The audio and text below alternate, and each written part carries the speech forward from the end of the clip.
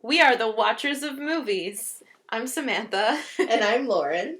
And today we are taking a break from our regularly scheduled programming to talk about Stranger Things Season 3. Yep, we're not doing Season 1 or 2 because they were perfect. But we are doing Season 3. Yeah.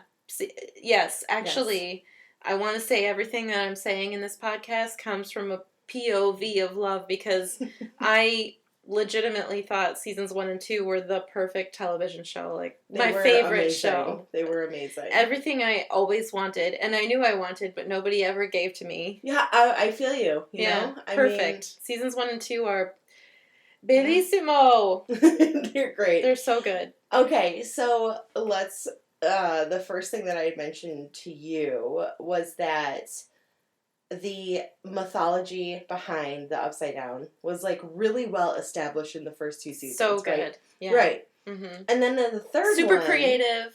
Right. And the third one, which the Demogorgon has to go through this, like, this... Like a portal? Yeah, thank you. Yeah. I couldn't remember the name of it. I couldn't remember the word for it. No, it's the Mind Flayer. The portal. Yeah, Well, no, isn't the Mind Flayer is the one with the flower mouth?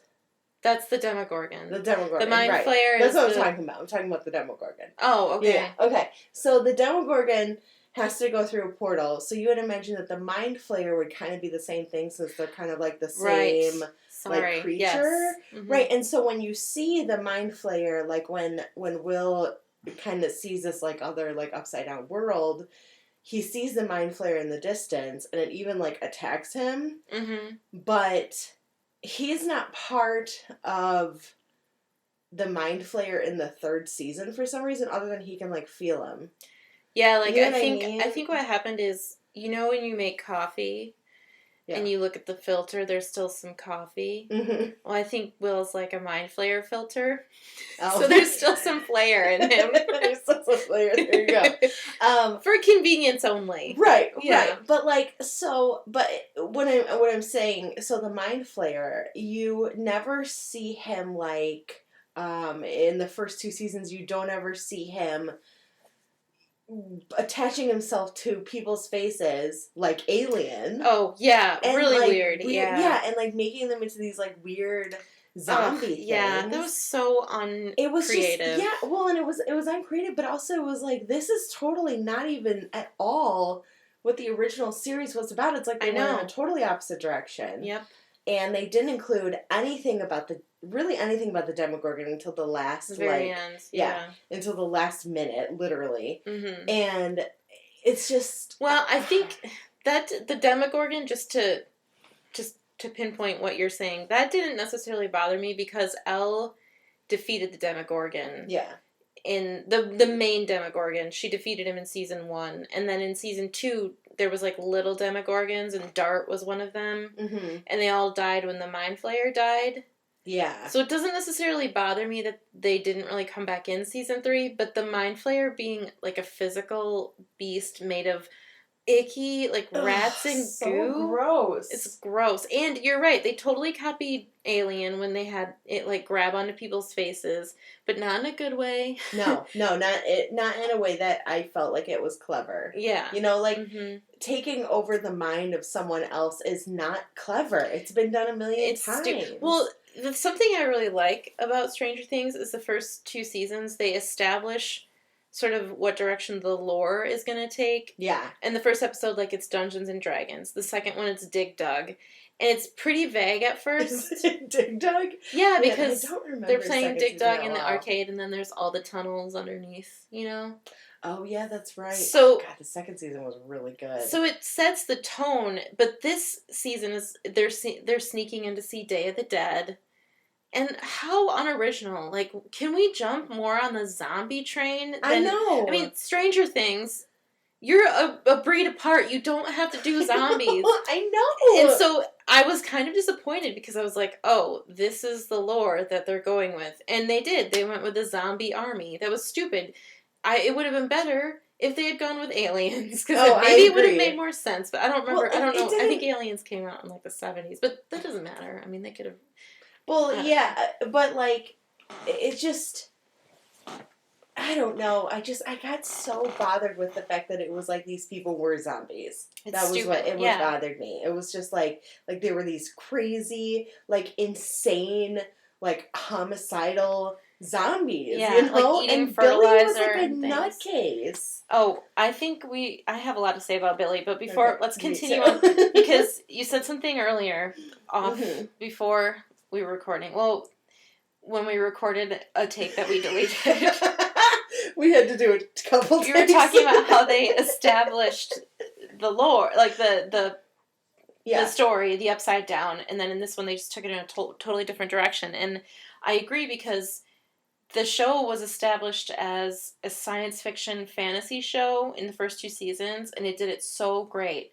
And then in this season, they convoluted it and brought in like Russians and just this the Russian whole thing was full-on so mess. weird. Such a mess. So weird. Because the thing is, I liked in season 1 and 2 how they accidentally opened up this portal. They weren't trying to open up the portal. Right. It happened, and then they're trying to contain it so that they're... Sorry, trying to drink without a noise. You were drinking, like, the way you were drinking was like the equivalent of a cartoon burglar tiptoeing. Wait, a cartoon burglar what? Tiptoeing, you know, like super dramatic tiptoeing.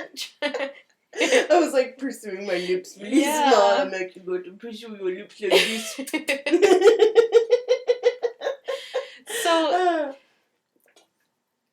So I what just they get did so was thirsty. they were trying then to cover up their mistake, because they thought if the Russians discovered it, they would use it, which is kind of a nice sort of subtle threat, and I like it that way. Mm-hmm. Because yeah, that is a threat. If other people find it, they could weaponize. You know, Right. maybe they'll weaponize it because they don't know what it is, or maybe they'll know what it is and they're too power hungry. So I like that aspect of it, Mm-hmm. but I like that the main bad guy or bad thing was a creature. Yeah. From the Upside Down. And now in this one, not only have the Russians discovered it, but they're also a threat. Like, they're an enemy in this season. And it's messy, and it's not science fiction. It's like the Cold War was real. I don't want to see a show about the Cold War. I want to see a show about science fiction. Demogorgons, yeah. Yes. Well, and not only that, but the Russians were so over the top, and they were so tropey, yes. and they were like, I mean, and that one main assassin guy, I was like, wow, could he be any more Terminator? Oh, he's Terminator. Yeah, like Mike, 100%. I was watching it with Mike, and he goes, no, he is the Terminator. There are scenes that they, like, shot for shot, you know. Oh, see, I didn't even know that, and I know you told me that earlier. Of them, yeah. But, so he is the Terminator. When they actually first introduced him, I legitimately thought he was made out of CGI. He's like, I thought he wasn't a real bad. person. I thought he was like a fake person, and I was like, is he real? And then I'm like watching it more, and I go, oh, he is real. And I was like, what the hell is he doing in this? It's just, and you know, they were so comical and over the top, and it was like borderline insulting for an actual Russian person. But it's also, so dumb. it felt almost like it was too close to home with what we have currently going on in our own climate. Yeah, well, I actually thought about that as well, because they brought in like a political storyline too with the mayor, and it kind of disgusted me, because I watch Stranger Things because it's a different, like, it transports me to a different time, and it transports me to a different world where the threat is whimsical and science fiction and scary. Yeah. And now I have to watch this. I don't know, are they trying to beat me over the head with the fact, like, yeah, okay, the political situation is scary right now, but I don't want to watch it in Stranger Things. I don't want to watch a corrupt mayor. I don't want to watch the Soviets. I just want to watch a science fiction show. I agree. And it felt really like a commentary on a social, like, government commentary, political commentary, you know? And it was just like, you know, like, I'm like, I know kind of what's going on in the world. I mean, not a lot. I get a lot of my news from Tumblr because I'm, you know, a millennial.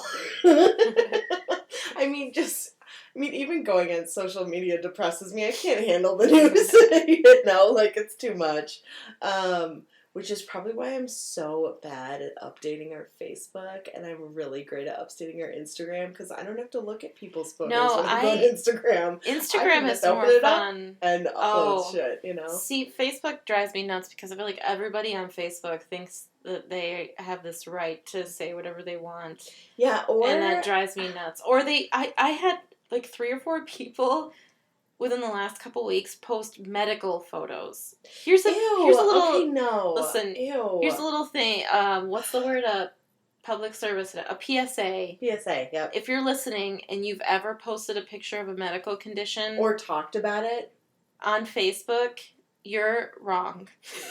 And you're a horrible human being. It's gross. If I'm scrolling through and I have to look at a picture of your arm with a weird injury on it, and you go, should I go to the doctor? I'm going to come to your house. I'm going to slap you. Because that's in poor taste. Yeah. And I've had to see it like You're 3 or 4 like times from different Jack people. Nicholson in The Departed with Leonardo DiCaprio's cast. Yeah. You're going to be like, can you go to the doctor? Yeah.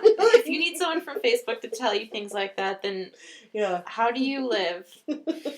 How do you put also, clothes on in the morning? Yeah, it's like there were a couple of people that I knew who posted how much they were peeing. And there was this one girl that I knew who was posting about how much mucus her boyfriend was producing, and I was like, "Who the fuck wants to know that? Nobody Dude, wants that's to disgusting. know. Ew." I'm like, ugh. So and anyway, if you're pregnant and you're wondering about pregnancy things, consult the book What to Expect When You're Expecting, because I don't know if anybody knows this, but or call your doctor. Both of our parents successfully gave birth to multiple children, and they didn't have Facebook to ask. That is so true. They did not. We were both born in the 80s, so yes. Facebook did not exist then. Actually, taking it back to Stranger Things, something I did like. That's probably the one shred. I feel like the season had small glimpses of promise that they just obliterated. But something I liked about Stranger Things in regards to the Russians was when Joyce and Hopper were on the run, the Terminator Russian he wasn't really able to find them after a certain point, which I liked because it's in the 80s, you didn't have smartphones, you didn't have this. So I thought that was good. They can still keep a small amount of secrecy so the plot can continue in that way. Because if it was a movie that was made now, the plot, they'd have to go in a different direction because he could easily find them. Throw a drone up in the air or, follow CCTV. So I do like that, but something I didn't like in regards to the time period in Stranger Things is the first 2 seasons of Stranger Things were fun because they were nostalgic. Mm-hmm. In the way that a Jane Austen movie is nostalgic, where I'm like, oh, this movie takes place in Edwardian England, and everything is just Edwardian England, but nobody in the Jane Austen movie is like, oh, look, new Coca-Cola, and telling me, dude, and in Stranger Things, drinking the Coke, I was like, oh my God, it was just it was so nostalgia weird. For nostalgia's sake, and I don't like spelling it out for the audience. Treat it the first 2 seasons were period pieces, so treat the third one the same way. Yeah, and that whole scene instead it was drinking throwing it in my face. It was I'm sorry to interrupt. No, I don't mind. Yeah. No, that whole scene where he was drinking the Coke and they were arguing back and forth about it. I was like, what? How is this essential to the story in any way? It's not essential to the story. It's not even really funny. It's actually pretty annoying. And also, it felt like such a heavy promotionary thing. You know what I mean? Obviously they don't have new Coke now, but they might come out with it. I mean, no, they have. Mike was telling me about a gift pack that you can buy. It's like a Coca-Cola pack. I think it's available online. I'm not sure if you can get it at stores, but it's retro bottles and 1 bottle of the alleged new Coke formula. Oh. But it's it is definitely product placement, which I don't mind. If they want to have somebody drinking a can of new Coke because it's the time period, that's okay. But just don't beat me over the head with isn't it amazing how many nostalgic things we can put in this show? No, the first 2 seasons were good because I liked discovering them on my own. I liked just seeing it, you know? It's the same reason I watch other movies that are set in different time periods. Right. No, there's, actually I noticed that Netflix was kind of doing that lately with, other shows. I've been watching The Awesomes. Have you seen that one? No. It's a cartoon about superheroes. It's kind of fun. But, Seth Meyers is in it. Oh, really? He's yeah. So, but the end scene is always about Jack Link's jerky. Every single scene. is about that, and they're It's kind because of they funny. don't have commercials. Yeah, it's kind of funny, but it's like have to put annoying them at the in. same time. You're like, are you promoting Jack Link's jerky? Oh, Like, that's weird. I don't like it's it. yeah, I don't really like it either, but I like the show enough to continue. Yeah. But it's just, and that's what I felt like with this one, was that it was such an obvious promotion that it was just like, wow, we're not stupid. You do not need to shove it down our faces. Like, we already know that the show takes place in the 80s. right, like, and if you have Lucas drinking a Coke and you have it shown, we'll notice it. Mm-hmm. But you don't have to be like, oh, what, new Coke, blah, blah, blah, like, back and forth with him and Mike for, like, ever, and it's just like, oh, who cares? I also felt like the weird mall excursion that Elle and Max went on was a similar thing, where they were, like, trying on clothes at the Gap and doing glamour shots. I actually liked that. I thought that was cute. I liked that whole montage. Well, it bothered me because I thought, nice. like, where'd they get all this money from? Why are they doing a glamour shot? They're only doing glamour shots because glamour shots is an 80s thing. Oh, yeah, totally. And I like their little friendship. Me too. But I felt like it was beating the time period, beating me with the time period. And that bothered me. Borderline. But I agree, like, the connection they had was really cute. It was cute, and I like Max is sort of, like, showing her this world, this mall world. And I think, I don't know this for a fact, so I didn't look it up beforehand, but I don't know when malls actually became a thing. Did malls really start, were they, like, a 70s thing? I think because I think there was, like, old, like, storefronts, like, small town America storefronts before that, right? I think it was. Or big stores, like. You know, oh my god, I wish I remembered this. I just watched an episode of this show called Abandoned, where they went to an abandoned mall, and they were talking about the history of malls, and now, of course, I don't remember, so. Well, it's okay. I mean, but I feel like the Galleria sort of thing, you know, the mall and the food court and all that is kind of, I think of it as iconically 80s, so I think that's okay. Like, that aspect is okay, but I feel like there was just too many instances of them, like, reminding us that this is supposed to be nostalgic. It's, yeah, again, it's not necessary to beat us over the head with the fact that everything is nostalgic. Yeah. Like, alright. And I don't know. I liked Max a lot more in this season. I didn't really like her last season. Oh, really? I loved her last season. I wonder if I watched it again, I'd like her more, you know? Mm-hmm. I think I just, like, I didn't really like her because I love 11. 11's my little sweet little baby angel. So, I'm very attached to her. But, I don't know. Do you want to talk about Billy? Okay. I'm going to start with Billy in season 2. Okay. Billy was a really good heel in season 2. Poor man Zac Efron. Doesn't he look like Zac Efron? We've had this discussion before, and I don't think he does. You don't think so? No. Man, I see it, like, so much. I can't believe, like, I've said this to someone else, too, and they're like, I don't see it. And I was like, am I blind? Like, I don't, like, what? It's all right. I mean, you know. He's the poor man Zac Efron. So Billy. That's supposed to look exactly like Zac Efron. Yeah. That's Kevin Zegers. Oh, yeah, see? Kevin Zegers is Zac Efron. Yeah. Yeah, let's talk about Zac Efron every episode. We should call it We Are the Watchers of Zac Efron, I guess. So Billy in season 2 was a really good heel. Mm-hmm. Him and Max did not get along. Mm-mm. In the end of season, he was abusive and horrible. Yeah. Yeah. In the end of season 2, she threatens his penis because she hits the floor between his legs with, like, a baseball bat full of nails. Right. So they reach what I would consider sort of a stalemate, like a tenuous truce, where he finally, I would assume, leaves her alone, but they live in peace in the fact that they are not close, they do not like each other, he just doesn't terrorize her anymore. Right. Season 3 opens up, and they have a few moments throughout the season where she's kind of concerned for his well-being, and I have no idea why. Yeah, We don't see any reformation of him. Like, there's no shots of a reformed Billy. In fact, all we see before he becomes, like, a zombie is that he's trying to entice Nancy's mom to have an affair, Mrs. Wheeler, to have an affair with him. So I don't think he's improved at all. I think he's still a heel. Well, he doesn't have a redemption arc. No, he doesn't. All. Like, I never see shots of him and her getting along. Was he a foil for someone else? I don't think so. I don't think he was a foil for anyone else. I think in season 2, I feel like his main purpose was to provide them with a car to get Oh yeah, that's true. I feel like that's his main because purpose. he didn't really have any big. There was like, other than him being a total dick, there was really no big like reason he was really there. Right, in and the second season. Yeah, and I remember being like, "What's gonna happen? Are they gonna have?" Because I know that he, like, and Mrs. Wheeler kind of had like a moment, and I secretly wanted them to hook up because I do not like the father. Well, the thing is, we can, right after I finish this, we'll get to that. Mhm.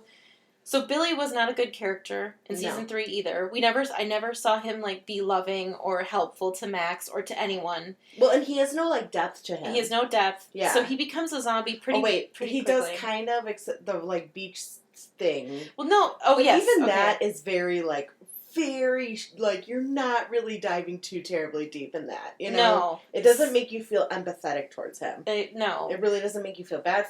For him, like, you don't pity him. You're kind of just like, well, you were kind of a dick, and like, yeah, I'm sorry that happened, but you don't have to be a dick. Like, it's just, it doesn't make you like him. No, and because it would make me like him if he had redeeming moments prior to that flashback. Right. Then I would say, he's got to get back to this place that he was at before he turned bad, but he's just bad. We've only known him as evil. Right. Whether he's, like, just himself or, like, possessed. Mm-hmm. He's evil. And, like, when he dies, Max flips out, and I was like, why? Why? You should be happy, because he's this force in your life that's, like, terrorizing you. I mean, or if her brother. No, he's not her brother, though. He's the stepbrother. They've never treated each other like siblings. They're just forced to live together because their parents married each other. I forgot that they weren't related. If they were blood relatives and they just didn't get along, I think I'd feel more. But they're not. They're just... They came into each other's lives because their parents got married. Right, yeah. And, like, the scene... And they had a horrible relationship. Yeah. I mean, he was never protective over her. He was always like, don't be hanging around with people. Like, so he was racist, too, because he was saying, like, about people Lucas. Like that, like Lucas, yeah. And, yeah. Ugh. So I don't care about Billy. And I don't either.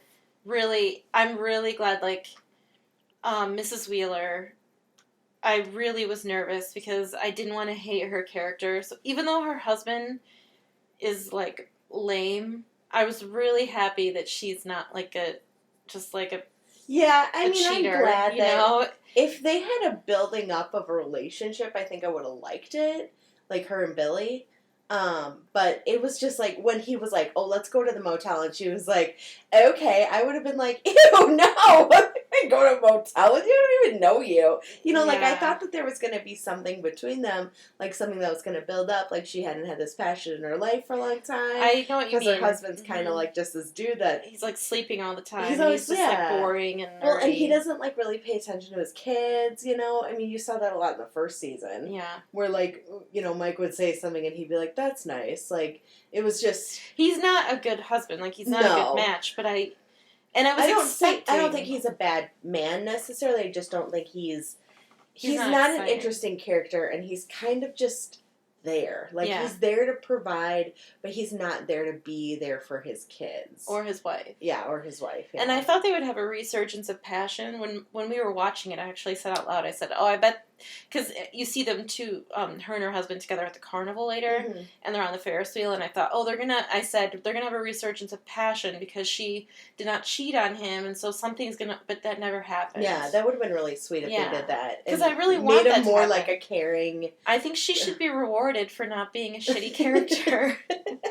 And sleeping with Billy. She should. And no, I'm glad that she didn't. And she's such a good mother. Like, she's so strong for Nancy. Like, she's trying to be a good mother to her children, and I feel like she keeps the house, like, the family together. I love her. So I feel like I do too, and I didn't want to hate her, so I'm glad that she didn't sleep with Billy. Right.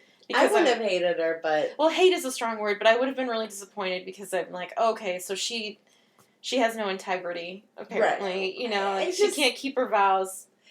I think that every...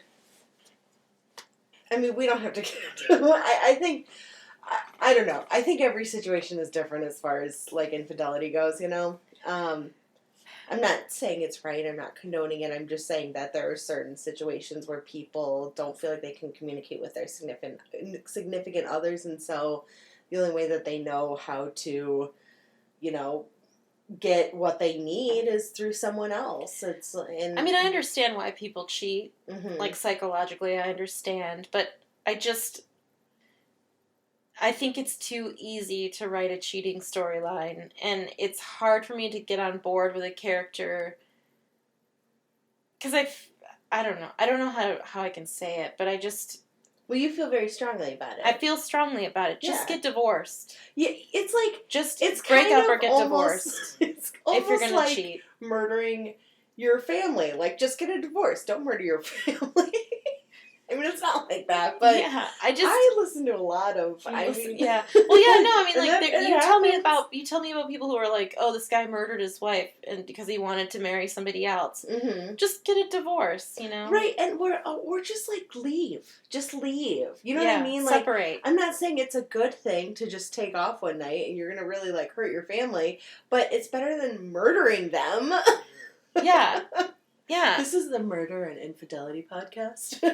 So I'm just really glad that they didn't write a storyline with her cheating on her husband. Even though her husband is boring, I think she's a strong character. I think so too. And I like that she was tempted, and that makes sense. Because I don't doubt that her situation at home would cause her to be tempted very easily by somebody who pays attention to her. Right, and he's a younger, good-looking guy. He's got a nice body. But I like that she is true. Like, she's true to herself. She's true to her family. Yeah. And she's good because later she has, like, that talk with Nancy, and she tells Nancy how strong she is. And I don't think that would have been as powerful if she had also been, like, cheating on her husband. Yeah, that was right. That was really sweet when she was like, you don't know how strong you are. You're stronger than you think you are, whatever. Oh, my God. Nancy and Jonathan's workplace, though, I can't even imagine living in that kind of, or working in that kind of environment. I would have quit, like, right away. I would have been like, fuck it. I'm out of here. I don't need to be, like, verbally abused by a bunch of shitty dudes, like, who think they're better than everyone else. It was, like, awful. And then Jonathan was not very supportive of her with that whole thing. Did that drive you crazy? It drove me crazy. He was not supportive. It was like, he was like, it's fine. And I thought, it's not fine. Like, they treat her really bad. Yeah. Their storyline was so fine. boring. I couldn't care less about their storyline. Number one, all they did was introduce a bunch of bad guys. Yeah. Like Jake Busey and then the editor, and, you know, they just introduced... Busey. Isn't that the guy's name? The actor, like the blonde guy? Who... Oh, I don't know. Is he related to Gary? Oh, you couldn't tell by his mouth? I did thought that they looked really similar. I thought that was, God, who am I thinking of? Toby something. I'm gonna look it up. Here. Well, anyway. Keep talking about yours. So they just, like, that's another problem I had with this season, was just too many cooks, too many storylines. I agree. I didn't care one bit about the editors of the newspaper not liking Nancy. I couldn't care less. I mean, I don't know why I was made to care. I don't know why they thought that it needed to be in there, because it was just too busy. Yeah. They're just introducing more bad guys, because eventually those two become bad guys. And she, you know, and they die and they meld. Oh, so together. he's Gary Busey's son. Ugh, he's so creepy looking. And he looks like Biff. The stupid rats. I didn't care about the rats. Oh, the rats were gross. Yeah. Ugh. And I thought that there was going to be something more interesting with Nancy, with the whole, that older lady. What was her name? Mrs. Oh, yeah, I don't remember her name. Cartwright or something. I can't remember. Anyway, with her, like, eating the soil, I thought that there was going to be something more interesting with that. Like, maybe Nancy's the one who figures out what's going on, but she doesn't. No. I don't even, it just kind of all just happens. Yeah. I think Nancy and Jonathan suffered from, like, they're together syndrome. Yeah. There's no tension anymore because they're together. Right. Which doesn't bother me. But you can create tension in a couple that's still together. You know what I mean? I don't know. Can we pause for a second? Yeah. I'm going to pause it. Oh, okay. Okay. All right. I guess we're back. Yep. We don't... Technical difficulties. We kind of know what we're doing, but we kind of don't. We're using a program that we're both not super familiar with. Oh, but it's free, so, you know, I mean... Yeah, so... Whatever. So, Nancy and Jonathan. I was bored by them this season. I was Didn't hoping that there care. was going to be a lot more. But also, like, it really bothered me that Jonathan was just kind of repeatedly like, he's like, well, they're nice to me. Well, yeah, of course they're nice to you. You're a guy. Yeah. Like, of course they are. Like, she's this girl, and no one's taking her seriously, even though she has pretty good ideas. Mm-hmm. And they're all being assholes to her. And it's just like, ugh, man, I mean, if it were me, if I was Nancy, I would have not stayed there. I would have quit. Yeah, I would have been like, no job is worth the abuse, because, like, I mean, yeah, it could be something that she really wants and something that could end up helping her out, but, like, if they're all not taking her seriously anyway, do you think she's going to get, like, a letter of recommendation somewhere else? Like, yeah. I mean, no, probably not. It's a pointless storyline. Yeah, it is a pointless... Well, it's... and it's like the only reason that we had it was because those two characters, Jake Busey and the other dude, Tom, I think his character's name was, ended up being like zombie goo in later. the hospital. Yeah, and they were not there for like really any reason other than her visiting the lady. Stupid. Yeah. It was just like, and them finding out that, everything is weird and now people are turning into goo monsters and it's just, it was very gross and like just, I don't know. Also, is it just me or did you get why they put Billy into the sauna thing? Because of the heat. The Mind Flayer doesn't like heat. Oh, that's right. So they put him in there to see if he would flip out, I guess. Right. It's... Yeah. But, like, I feel like anyone would. Yeah. I felt the same thing. I thought, well, how do they tell the difference between him? Yeah. But I guess when the Mind Flayer was in Will, the heat made him come out. Oh, okay. Yeah. But I guess maybe since the Mind Flayer was doing the alien thing, maybe it was different. I don't know. I don't know. It was super weird. And, I think one of the very few parts that I did like was when they were lighting all those fireworks on the Mind Flayer. Yeah. I thought that was really cool. That was cool, yeah. But the whole, and let's get into that later, because that's like the end scene. Okay. So, the Neverending Story part... Dude, I liked that. I did not at all. I thought it was funny. So stupid. Oh, I thought it was funny because they all had to, like, wait. They were all sort of in peril, and they all had to wait because this girl has no idea what's going on. Like, she's living normal. Dusty Ben. She's living a normal life, and she doesn't Ben. know that he's been in, like, an underground lab where Soviets are conducting experiments. So I like that he has to, like, fulfill his boyfriend duties before she'll do anything. I know. You're right. Well, no, I just still don't like it, but I see what you mean. My favorite were Steve and Robin drugged up. Oh, yeah. I love Actually... them. They're like, we don't want to sit and watch the movie. Then like, fine, don't watch the movie. Like, no, I want to watch the movie, though. I really, really liked... the Steve, Dustin, Robin storyline. I did too. Until the little sassy girl came in. And there was no reason for her to be there either. She was annoying. Well, they had this stupid scene where she's, like, explaining economics and things to them, which is stupid because Robin has established herself as the smart character in that threesome. She's super smart. She figures out the Russian translation. So they don't need that little girl to explain things to her. I know. Like, that's crazy. That's difficult to do. Oh yeah. I was impressed with Robin. Well, I thought her addition was really cool. I did too. They don't need that little girl. The only reason the little girl was in there to explain things because people would be like, look at this. Isn't this wild? She's like 10 and she can explain things to them. It's stupid. But like, unless you're gonna have her... She drove me nuts. I would slap her. She was super annoying. Yeah. But, and if they're trying to include more diversity, they're going about it the wrong way. You know? I don't even want to think about it as diversity because they have... I don't think, like... I think she's just an annoying character. If she had been... I don't care what color... Oh, I don't either. She or was super gender irritating. That character is. It could be a white boy for all I care, and if it acted the same way, I'd be just as annoyed because you don't. She's irrelevant. You don't need her. No, she's not important to really any part of it, other than to like say these quips that aren't even funny. They're just irritating. Like, I'm sorry, but you cannot convince a child to crawl through ductwork.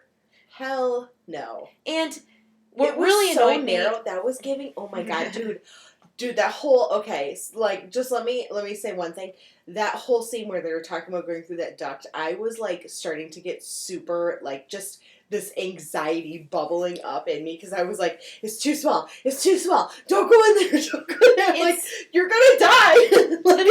The show is about an alternate dimension, and that's more believable to me than a person crawling through ductwork in a mall. And that person being a child as well. Like, how does a child look at blueprints and goes, oh, yeah, you want me to go through the ductwork from here to here? Sure. All I need is ice cream for life. That's it? Ice cream for life. Well, and not only that, but, like, the only way that you're going to get ice cream for life is from these two people who are not going to work there for life, hopefully. That's another great point. Yeah. And actually, I got kind of excited because they're like, how do we get over there? And then Robin shows the ductwork map, the blueprints. Yeah. And Dustin's like, I'll do it. And I was like, oh my gosh, this is ridiculous. And then he doesn't fit. And I got really excited because I thought, okay, it's because the Duffer Brothers are smarter than this. They're not gonna make somebody crawl through the ductwork. They're gonna do the joke, which I liked. Right. But then they're gonna figure out a different way. Right. And then, oh no, this little girl that you don't care anything about, that's actually super unpleasant and not cute and not funny and pointless, she's gonna actually crawl through the ductwork. Isn't that creative and funny and new? Well, and also, like, why does she have a backpack on her that could get snagged and she could get stuck? And it's just like, I'm like, and I couldn't handle that. I was like feeling really claustrophobic, and I'm not a claustrophobic person either. Yeah. And I was just like, I wish she got stuck. Oh my gosh. Oh my god. And then just her character was just there for the whole time, and we forgot about her. And then maybe a construction crew got her out later. Yeah, I mean, it was want her to dumb. die. Like, she was a stupid addition, a terrible addition. I thought her role in season 2 was perfect. She was the sassy little sister who had like one or two lines throughout the show. She was kind of funny, and because she was on the screen so little, and because she was fulfilling the role of a sassy little sister, she was funny. Right, I agree. But in this, she's supposed to be like way older than her time. Right. I don't know why you'd bring a kid in. Like, if you think you're intercepting a secret transmission and you have to crawl through ductwork, why would you bring a kid into it to begin with? Not only that, like, they're already putting their potential lives in danger. Why would you bring another person to also put her life in danger? Do you think she's going to go home and, like, not blab to somebody? Yeah, exactly. She's like, what, 7? And she said something like, I told my friend that I'm spending the night at her house. Or 12. She's probably like 12. And she'll stick up for me. And I was like, what? Our kids are in collusion like this? Like, a kid who's, like, under teenage years, like, preteen, is, like, lying to parents about sleepovers? I think they do that, yeah. I mean, she's gonna get pregnant. I never did I'm almost certain she's gonna get pregnant as a teenager. Oh, because she's already sneaking around and making bad decisions. I never did that as a kid. I was a good kid. I'm sure my sister did, though. One time she told when my she parents... was, like, 11 or 12? Because I believe it if she's, like, 14 or 5, I believe probably, it. like, 14 but or 15. If you're, like, under middle school age, or in middle school or younger, I don't think that happens. Because your parents are still, like, totally up in your business. Right. Can like, I tell you a story, though? Sorry. Like? Yeah. No, don't you have to apologize. I just want to tell you the story. So, my sister... It was, we were still living on the other side of the state, and one season that it was really, really bitterly cold outside, and her and a bunch of friends went, sledding. And she told my mom the next day, because my mom was like, no one was in the house. I told you no one could be in the house. And she's like, no one was in the house. They all went home. And she's like, okay, so... Like, no one was in the house. And my sister's like, no, I swear. Like, no one was in the house. Well, then my mom finds out that my sister was on the front page of the newspaper. With this picture of her sledding with all her friends. And so she goes, so no one came over then, right? And my sister is like, well, that's incredible. My mom had proof. That's like irrefutable proof that my sister was lying. And oh my gosh, that's amazing. Yeah, like, what are the odds that you'd be on the front of the newspaper the night that you lied about where you are. Oh, Yeah. that's amazing. Yeah. That's really good. I really like that. Yeah. That should be in Stranger Things. Yeah, That's that would better. be funny. That's a better right? story. Thank you. I mean, Oh, I don't come up girl. with it. I mean, I didn't come up with it at all. It's a true story. No, but, it's really you know, good. I really like it. Yeah, That's perfect. Yeah, it was pretty good. I hope your mom saved the article. Probably not, but Oh, she no. tells that story all the time, and Shelby's always like, "Oh my god!" I love it. That's really good. She's like, "I thought I would get away with it." She didn't. Actually, this girl, she's terrible. What's her name? I don't even remember her name. I think her name is Annoying.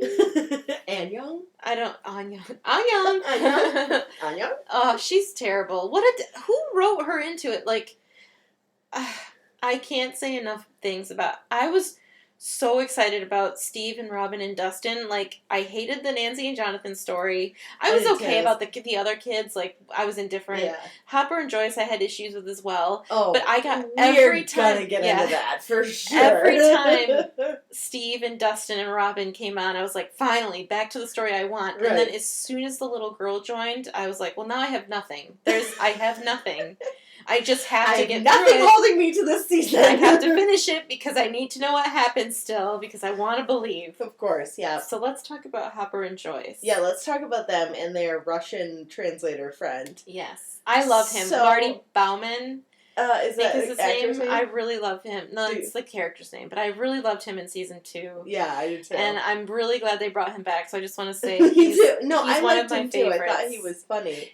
And Yeah. I loved him and Alexi's relationship. Yes, yeah, I did that too. Was, that I was really funny. liked him and Alexi. But like the whole first of all, Hopper seems like he's super violent in this season. Yeah. He was like really violent, and I was like, I know that you went through some shit, Hopper, but like you're so violent that I'm like scared for your child type thing. Yeah, he's you know like what I mean? he's like Robert De Niro in Taxi Driver. Like I've he's never got seen some that. he's got some problems and he's taking Yeah. him out on Yeah. people. And like when he like slams open the door with her and like Mike in there, with 11 and Mike in there, like I was just like, okay, they're teenagers, and I understand that you want them to have the door open 3 inches, but like you're gonna scar your child for a life if you burst in there. Oh, that didn't bother me at all. I could totally see his side.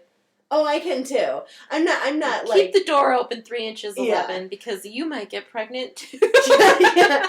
Everyone is getting pregnant around here. Stranger Things 4 is just like a bunch Everyone's of pregnancies.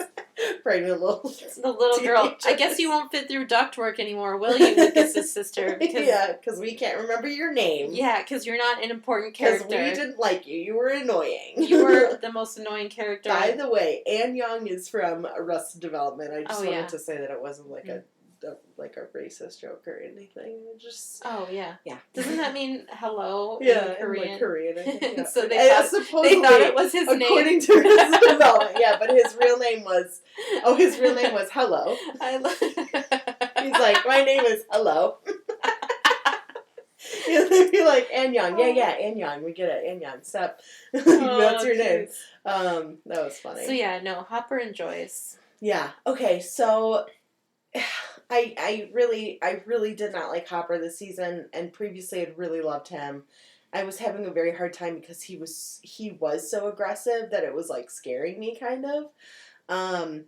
But then when what you said his name was Marty. Mm-hmm. So Marty, I believe that's his name. Now I Okay. feel like I'm. we'll just call him Marty. Yeah. Just for the sake of argument, Mhm. it's easier than Russian translator. Conspiracy theorist. Conspiracy theorist, which is pretty much the same amount of syllables. Translator. Yeah, it's true. Okay, so Marty, they're all in the car, and then Marty starts going like, would you two, Have hook sex up already already? or whatever? Yeah, whatever. He was saying like, and he's like talking to Joyce about how she wants to like hook up with Hopper. Like wonders how he's in bed. And Yeah, stuff. like, and it was so uncomfortable and so awkward. And also, it's like what you were saying when we were texting about it, or were we talking in person? We're talking at work about it. Yeah. We don't, as an audience, we do not need to be hit over the head repeatedly with the fact that these two have chemistry together.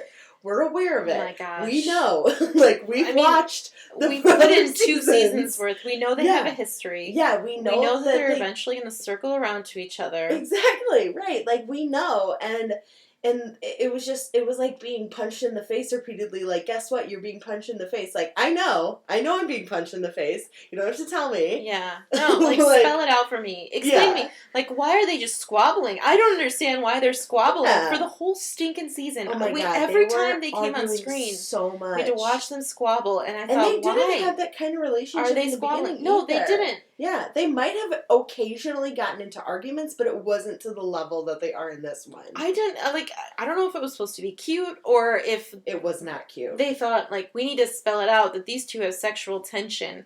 And then, if the squabbling wasn't enough, the other characters had to literally tell the audience they're squabbling because they want to have sex with each other. But if we all picked that up because we were bashed over the head with it for at least 7 episodes, if not all 8. Yeah. Oh, yeah. Yeah, for sure. And, I just, it also broke my heart that he, like, supposedly got vaporized. I don't think he did. I know. But I don't know how he survived. Yeah. Because those 4 dudes that were in suits were obliterated. They were, yeah. Like, there's no way that he survived that. But then there was that last episode where he was like, oh, not the American. And so I think we're led to believe it's Hopper. But I assume this is I'm going to try to predict the future. Okay. So if this happens, if they're even renewed for a new season... I don't. It's probably someone walking up the stairs. That was creepy.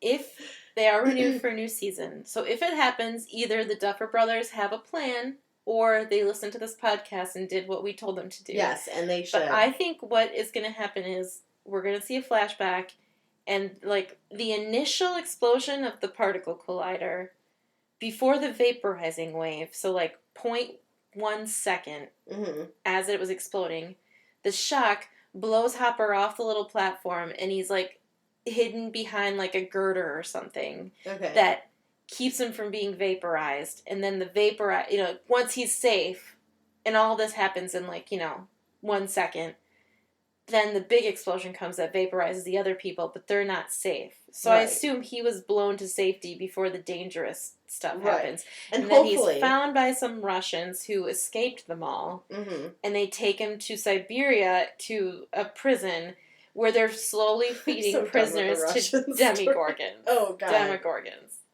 That was the weirdest Demogorgon ever. It was like this little delicate Demogorgon almost. Yeah, it was like dark, I think. Yeah. It was like a Demodog. Oh, it was a Demodog, I guess. No, it stood up on its hind legs. Oh, you're right, yeah, it did. It was humanoid, you're right, it did. But it was like, it almost looked like a little flower. Like, it had this, like, blue coloring to it. It was, like, delicate. It was, like, a delicate Demogorgon. Yeah. I was like, is that a girl? Maybe that's going to be the like, character. Like, female Demogorgon. Females are taking over the world. Hell. One mind flare at a time. I don't know. Anyway. That bothered me so much that they were like beating us over the head repeatedly. I hated it. With that. It was annoying. Well, and it was the most awkward conversation ever. It was just just the way he was saying it was like, how are they gonna look at each other now? You know what I mean? I would have a hard time looking at this person that I was with. I'd be like, yeah. I don't know. I kind of want to bang you, but I want to. I feel like if I'm being that obnoxious, then maybe I deserve to be put on the spot. Like, That's true. Yeah, but they're obviously I think her more than him is lying to herself about her feelings for him. Oh, I think so too. But she also went through some pretty intense trauma because she did love Bob, and Bob died less than a year before that. Yeah, I loved Bob. So I think maybe she's just not ready to date again. But Hopper is like rearing to go, and that's not a bad story. Like, that's not a bad base. But I just think what they did with it was bad. Well, and also they just made him I mean, again, I can't get over the fact that they made him such a violent character. Yeah, he was like, and he wasn't wearing his uniform, so he's wearing like like undercover like Miami Vice type clothing. He was like wearing a which lot of was like Hawaiian weird. shirts. Yeah. Yeah. And the one They Hawaiian were such shirt dad was- shirts. Yeah. I thought that everything was just everything about this season was too spelled out and too over the top. I agree. It wasn't, the other seasons had this like mystique to Mhm. them where you're like, what's going to happen next? I'm super excited to see. And this one was like, boom, boom, boom, look what we're going to do. And we're going to shove it all in your face. And we're all like, I get it. Okay, got it. Like, and I, with Robin being gay, I wish that it seemed like it was such a footnote. And I understand that they want more LGBTQ characters because I do too. I love them. But when you're doing it in a way that's like almost out of convenience. I didn't like how they did that because... go ahead. Yeah. It just, it felt like it was like, it'd be one thing if you saw her flirting with a girl or anything, but it was totally out of left field. And it's like, I wish that I had seen Robin, like, be, like, exploring her sexuality if you're gonna have it be in there or if it's gonna be part of the story because it's not really important to it. Mm-hmm. But it was, like, almost done in a way that it was, like, forced. And it's just, like, it's you like don't have gay characters in there just to have gay characters. Like have gay characters in there because they're interesting and compelling and they have their own like love lives and everything. You know what I mean? That's what I want to see. I don't care about someone just being gay just for the sake of being gay. Whatever. Like it's just like show me someone who is like, it's not something that I have to have, again, spelled out to me. I can see it, you know. I don't know. It's just... No, go ahead. Like, I'm not coming off... Like, I'm not... I was kind of worried that I was going to come off as being, like, homophobic when I said this. I don't think I am being homophobic. Because what I mean is, it's not that they included a gay character, it's that they did it all wrong. No, Lauren, I'm so glad. I wasn't even going to bring this up because I had such strong feelings about it that I was also afraid of that. Okay. I was afraid of bringing it up. So I'm so glad you brought it up because she feels like a token. Yeah, oh yeah, she totally is. And she's only gay. The token gay character. She's only gay to surprise Steve and surprise the audience. Yeah. She's not gay because they want to make a meaningful... Well...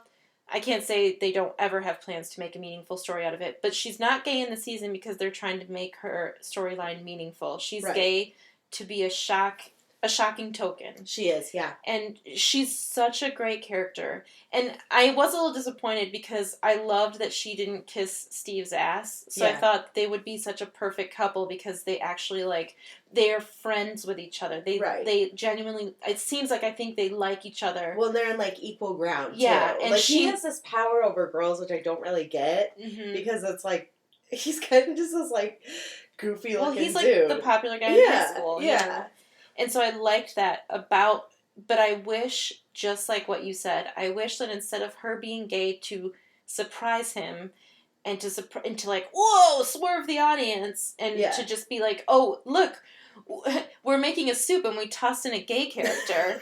Like, I wish that they would have established early on that they were just really good friends. And like you said, maybe she has a girlfriend that comes into Scoops Ahoy. Or maybe maybe her and him are, like, talking about a woman who's hot. They both think this woman is hot or something. You know, or like, something, just anything. Something that establishes that she is a gay character early on and she can... grow into that characterization instead of, oh, surprise, she's gay, now she can't date Steve. Well, and it's like, it was so convenient. It was so convenient that she was gay, that she can't date Steve, because she's, you know, I mean, and not of that course, she can't date him, but that she's fall not in love with interested. her. Right. Yeah, of course. Like, if they had just been friends, that would have been fine. I would have been fine with the friendship. Mm-hmm. But yeah, he's like, oh, and like the way he did it too was he was like, she's this girl. It was really sweet. It was like so sweet. Oh, really? I hated it. I thought it was super cliche. Right. It reminded me of like Freddie Prinze Jr. I've got a bleeding heart for a good like love story, especially I do too. Especially if in it's done well. Yeah. But like, no, I don't. I really don't like in movies and shows where they're like, it's this girl that I'm really into, and they're obviously talking about the girl that's like in front of them, because I'm always like, oh boy, just tell her you like her. You know, like I'm always like, it's just, to me, it's like, it's not cute to me because it's like, it's just, it's like, grow a pair of balls, dude. Just tell her you like her, you know? Like, don't be like, I like this girl and she's cute and like she's sitting right in front of me. I'd be like, but I guess if someone did that to me in person, I'd probably be like, oh my god, it's me. You know, like, I'd be like, you like me, right, Mimi? It is risky. They could be talking about another girl. Well, I know, they could be. I mean, I had that happen once. I would have to. You had that happen once? Well, no. Oh, let me clarify. Okay, I was like, it wasn't like a movie. It wasn't like a boy standing in front of me and being like, I like this girl, and like, I'm just a boy like, standing in front of a girl. having a soliloquy about this girl he likes, and then me finding out that it's not me. But what it was, it's a convoluted story, but I met a guy, and we got along, like, we hit it off really well, just on, like, superficial things, you know, and we became friends on Facebook, and I was looking at his Facebook, and this was, like, a couple weeks after we had met, and I was just looking back at old posts, and the day we met, he posted something about, like, oh my gosh, I think I just found the person of my dreams, and I thought he was talking about me, because it was the date, it was dated the day we met. But no, he met another girl. Oh, no. And I'm not even kidding, because I had some friends, this was years and years ago, but I had some friends who said we set up a group game night so I could invite him. Right. Because, you know, like, it's safety in numbers, and they were like, invite him to this game night. So I invited him to this game night, and he brought that girl. Oh, no. So it was like double, like, knife in the heart. Doubly terrible. Oh, and sucks. it was, I mean, I'm glad that nothing ever came of it now, but at the time I was like, wow, I was really misguided. And yeah, well, that's like, that happened to me too, where I thought the guy liked me, and I was like, hey, I like you, and he's like, well, I don't, and I was like, okay. Yeah. Like, wow, I read this all wrong. And I'm glad nothing happened, because I think I would have been really bored in the relationship, but it sucked, because it seemed like he was flirting with me. I had other people tell me that it seemed like he was flirting with me, and it was just like, okay, alright, never mind. I'm cool. It sucks. I don't know, it sucks. But welcome to Dating with Lauren and Sam. Welcome. Since we're on the topic, something that I really liked in this season that, like, broke my heart was Will, and how he's like, everybody's sort of passing him by. I know. And he just wanted them to play Dungeons and Dragons, and it makes me want to cry to think about how hard he was trying. Like, he's just not there yet. And there was a scene where Mike says, I can't help it that you don't like girls. And I thought, either A, he's developing slowly and he just isn't there yet, or B, he's going to be maybe a gay character that they've actually done well. Oh, like, my God, I would love that. They would built love it that. up pretty. I mean, I think if they wanted to have a gay character, I think Will would be perfect. Will would be perfect, because he's sort of like fighting an uphill. I think in that time period, if you're coming out as gay, you're fighting an uphill battle a little bit. Well, I mean, I think any time period. Well, big time. But I mean, now I think it's getting a lot more better. accepted. But but like, he went through some traumatic experiences, so he's he's sort of behind in that way, and all of his friends are interested in girls, and maybe he isn't because he is gay, and so he's got that working, Dude, that'd be awesome. I didn't even think of that. So, but that's I mean, I could go both ways. Like, I like the storyline of him just wanting to be a kid longer, and I like the storyline of, like, maybe he's not interested in girls for other reasons, you know? Right. So I think they have a strong storyline there, and because of that, I feel like it makes Robin even more cheap. Yeah.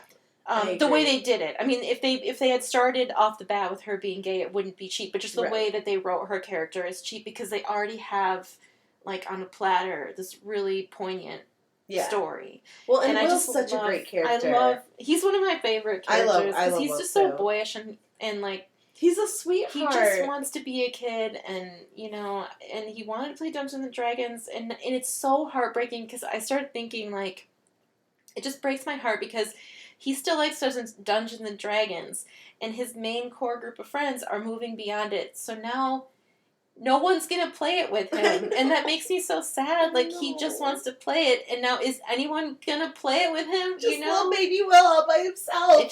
And I love how Jonathan takes care of him, and there wasn't really a lot of that in this season, which I missed. I really like him and Jonathan.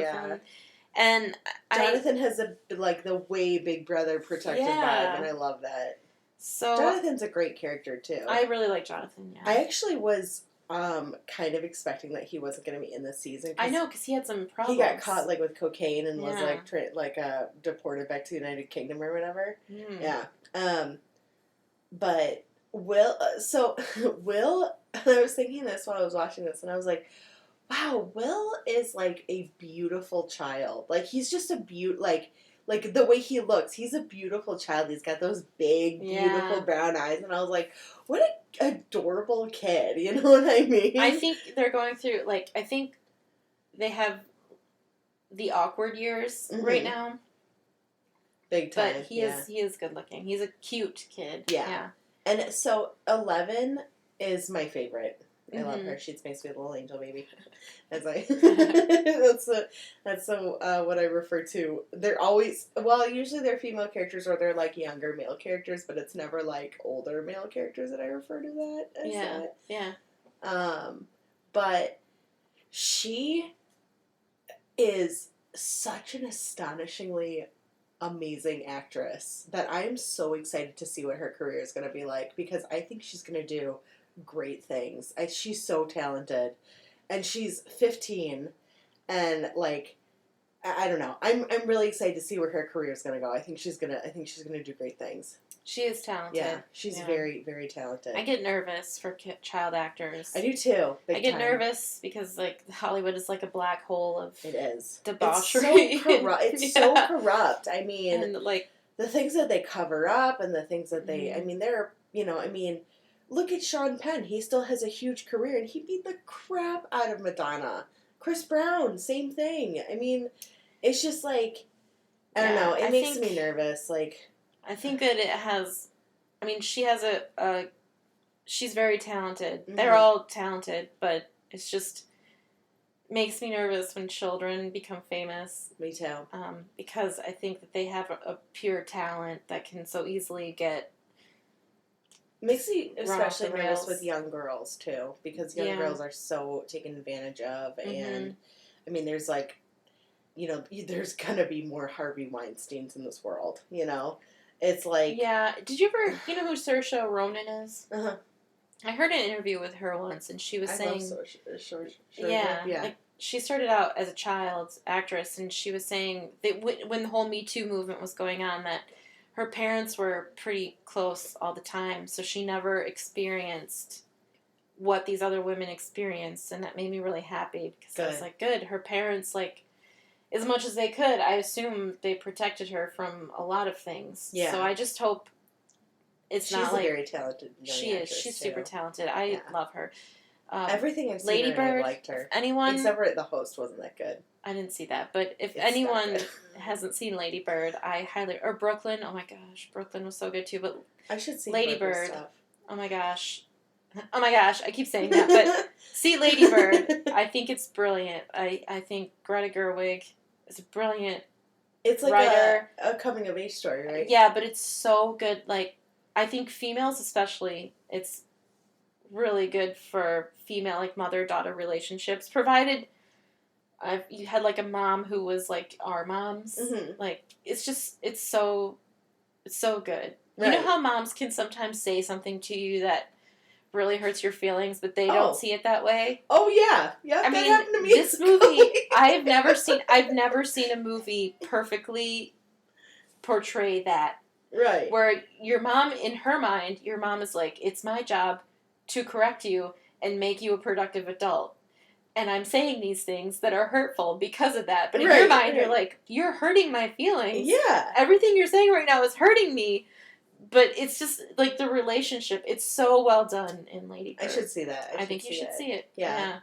I do like coming of age stories. And we never saw, what was that one with, oh my god, it was with Woody Harrelson, 17. Oh, you never saw Edge of 17? No, I never it's saw on Netflix. that. You should watch it. I should watch it. That's good too. Yeah. Anyway, so enough about Yeah. So now 11. That's also great. I like 11 a lot. So is It. No, I'm kidding. She just gave me the look like, what is wrong with you? I'm like, a lot of stuff, Sam. A lot of stuff is wrong with me.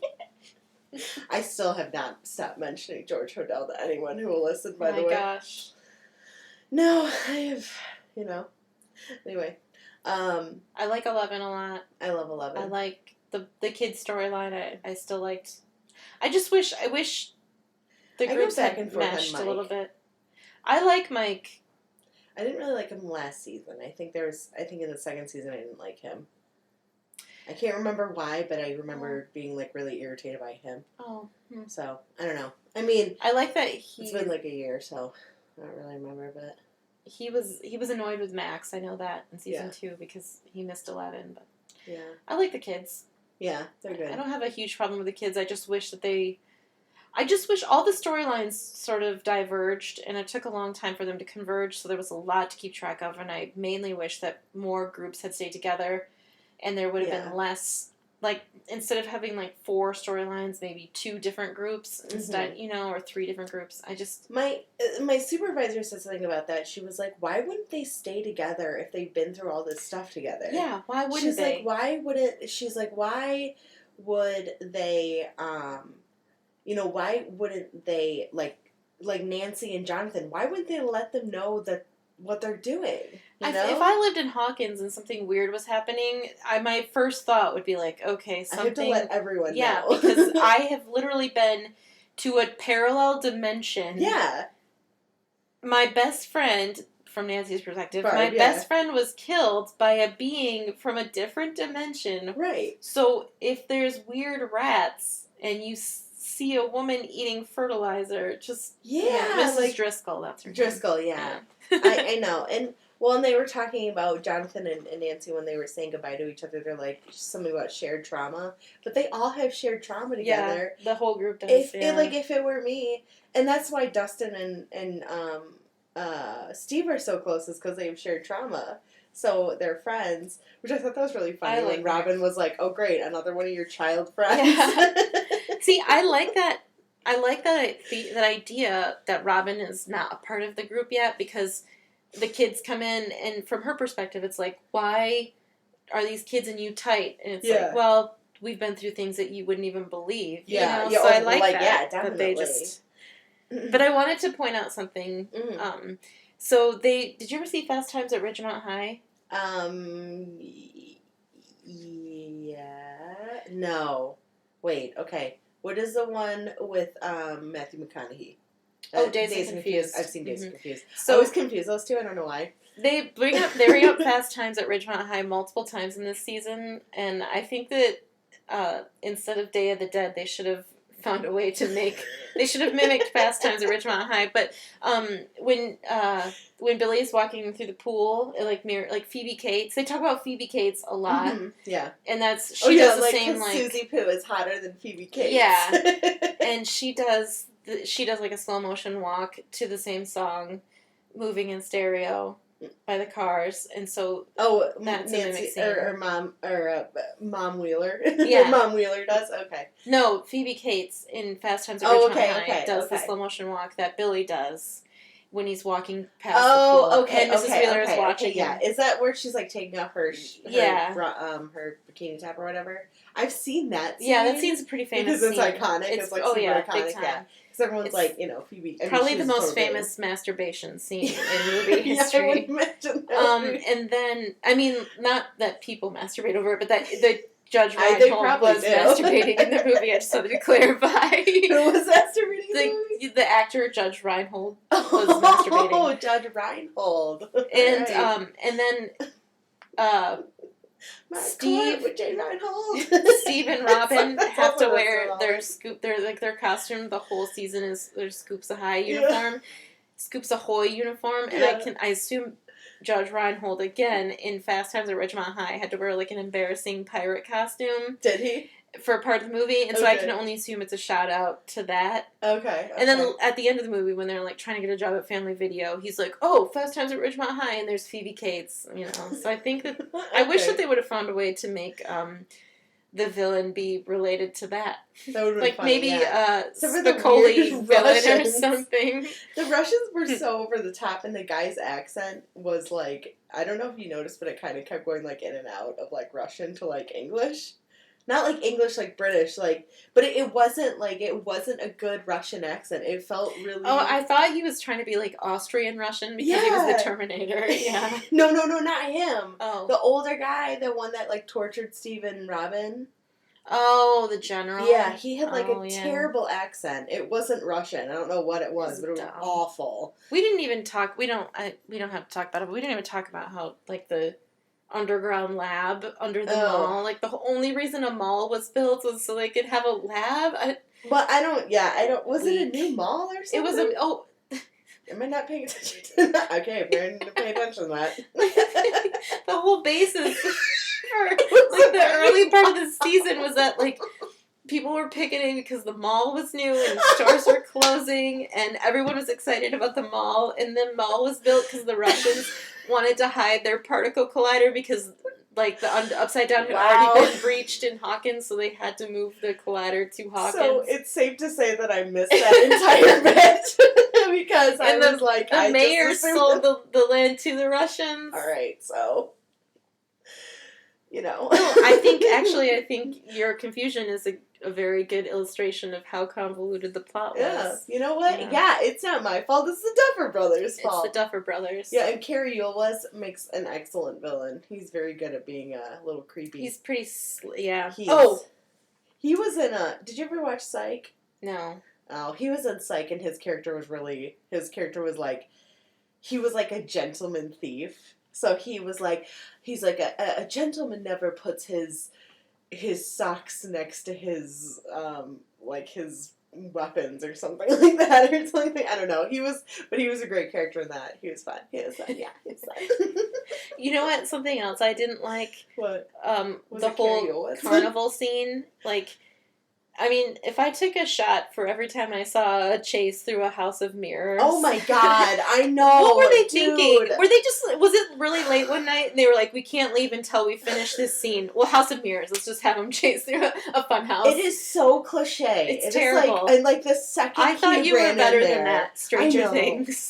Dude, the second Hopper ran in there, I was like, you know what? I'm done. I'm just done right now. Yeah. Like, I knew there was going to be a chase in the mirrors.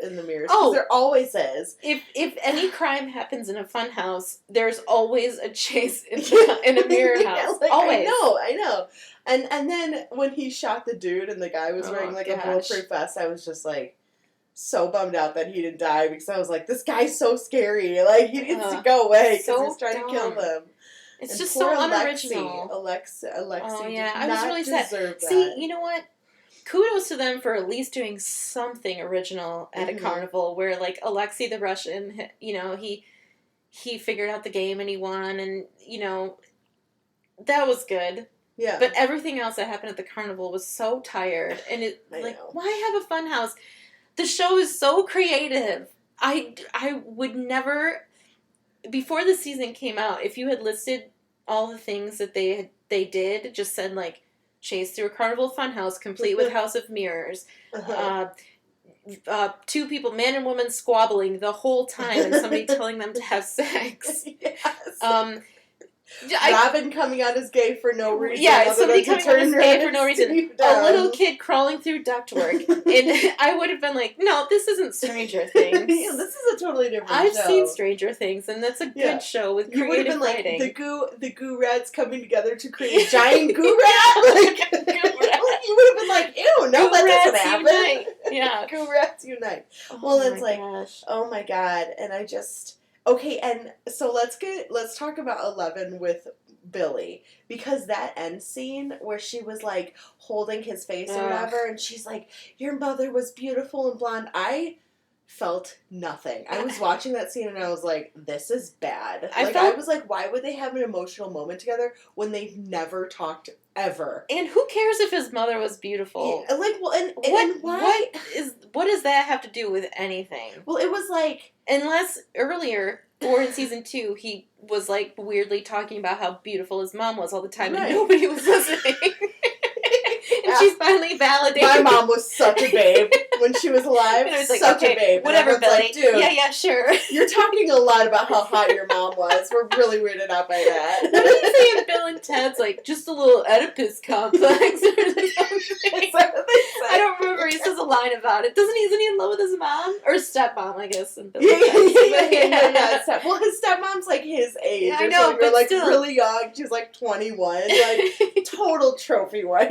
Like, yeah, no, it was so weird. Like they had this super like emotional moment, and I was just like, why are they having this emotional moment? It was dumb. It was dumb. really dumb, and it was like the only reason that they were doing it was because it was like, snap out of this thing that's holding your mind. Like, and I was just like, okay, I've seen this in a million other things. It's so tired. Yeah. But when they do it in a million other things, those people have an emotional connection, so it actually fucking works. Like, versus this, You're so right. it's Like just two stranger characters that yeah, have like she's like, Yeah. I know your mom. I'd be like, how do you know my mom? You 15-year-old. I wish when she said your mom was beautiful, I wish Billy would have popped back into Billy character and been like, gay much? Just to make it more ridiculous. Right? Like, something stupid. Like, Yeah. God, that scene was Oh, so also, dumb. You know what was bad? When everybody ran out of the mall to get into like the Wheeler family station wagon, and Mhm. Billy's car was far off, just revving the engine the whole time. Yeah. And I was thinking, like, and then the scene cut and nothing happened. They I ran know. back into the mall, and then they came back out He's like just sitting there revving his engine for like 30 presumably minutes. 30 minutes later, and I'm like, he didn't do anything else. He just sat He there. literally just sat What is- there And revving. then, like, just waiting for them to, like, eventually they'll come back out because they'll realize the car part is in the part in the mall and I can get them then. I don't get it. I don't get it. Well, and also, like, why wouldn't you act immediately? Like, you're gonna, It's so bad. it's like being an assassin and seeing, like, a perfect headshot, and you're like, I'll just wait until later when I get a better headshot. Like, no, you're not gonna wait, you're gonna go! I'm Like, just gonna sit here and click the. I just really want to ruin my transmission right now. That's my main goal. Like, Oh my gosh! Like I wish that there was a cut scene of them like trying to figure out what to do, and him just sitting in the parking lot revving his engine, doing Yeah, like, nothing. it's just like he's listening to like loving you. Delilah, your mom was beautiful. She was beautiful. One of the conspiracy of Stranger Things is just that they just really wanted the Duffer Brothers. I wanted everyone to know that Billy's mom was beautiful. That was like the whole thing. You're like the Demogorgon actually and the had actress- no. The actress that played the mom was like one of their wives, and she was like, "You never make me any love songs or love stories." She's like, "Baby, I made you 3 seasons of a TV show. You're beautiful. You're beautiful, babe. I love you." Billy said, "You're beautiful, babe." Babe, look at that flashback, babe. Look how beautiful you are. Even 11 thinks she thinks you're beautiful too. I heard a rumor that she was gonna dump Mike for you." Oh boy. Oh man, that would have been more exciting than what happened this season. Everyone is gay. And she's dead. 11's in love with a ghost mom. Stranger Things. Ghost mom love. Ghost mom love. I'm ghost sexual. Shit. I'm only in love That's funny. Woo! Oh, jeez. Oh man, that's funny. I really we liked. have fun. Yeah. We've already talked longer than I thought we'd be able to. So. How long has it been? It's like an hour and 18. Oh shit! Yeah. I thought this was gonna be like a 50-minute conversation. Yeah. I knew. It I was did like the end, like after everything, when they were Me moving too. and everybody was saying goodbye, and she reads the letter from Hopper. Yeah, really that made good. me cry. Yeah. That made me cry. I was sitting there and I was like, okay, now I'm starting to feel feelings. I was like starting to cry and I'm like, just Yeah, I mean it that was was an good. emotional scene. And they left it open for another season. did, and yeah. I think Hopper's still alive. I really like that Joyce basically brought her in to her family. I do too, Yeah, yes. I was worried about 11. I was like, where is she gonna go? Like, right, because when she was Yeah. standing outside and she realized that Hopper was dead and she started crying, that's when I started crying. That's when I really started getting going, because I was like, my precious little angel. Yeah. You know? I was like, she's all alone, and like, I mean, And she's been through so much. But when they were at the mall and they were like snuggling together, her and Hopper was so cute. It was really cute. And they were like holding hands later, and I was like, oh, she's there like her daddy. Yeah, like, basically. Dad. Yeah. Yeah. And he calls him her dad in the letter, so I thought that was really sweet. Well, Very and sweet. he called her his daughter. His daughter, yeah. Yeah, so. I love that. But oh god, that scene! I could not stop thinking about that scene when they had to get the part of the slime monster out of her leg. Oh my god! And Jonathan was like, "Ugh." We don't have to talk about it. Okay, thank you. I don't want to, but that really grossed me out. And I thought about it for like 3 or 4 days afterward. Yeah, it was gross. But no. But yeah, no. I still believe that season 4 could be good. I still believe that they'll bring it back around. I think every show has to have like a bumpy season. A bumpy whole season. Yeah. I mean, because it's a streaming show, it makes sense to be a bumpy whole season. I don't know. I don't know. I hope they bring it back around because I really am a big Stranger Things fan. I am. Yeah, I really like it. I hope that they bring it back around too. I'm gonna say though, I will not be surprised if it gets canceled though. I feel like it's still got. I was talking to Mike about it, and he said it seemed like it had a high score on like Rotten Tomatoes. So really? I don't know. I feel like people are enjoying it, but I don't know how. I know we're both like, okay. I guess I can't say that I hated everything about it, but I think the season as a whole, like I didn't like a lot about it. I didn't think it was very well done, no, and I think there was more things that I disliked than things that I thought was done well. Right. Yeah. So I agree, but I think I'm done. Are you done? I think I'm done. Very cool. Yeah. All right. So until next time. Oh, our next episode will be the final installment of the George Hodel I Am the Night series. Yep. So we're going to be reviewing next Sunday, and we'll be reviewing the last 3 episodes of I Am the Night. Yep. So the Chris Pine show, which you can watch on Hulu streaming if you want to catch up and hear the episodes after you've watched the show. Yeah.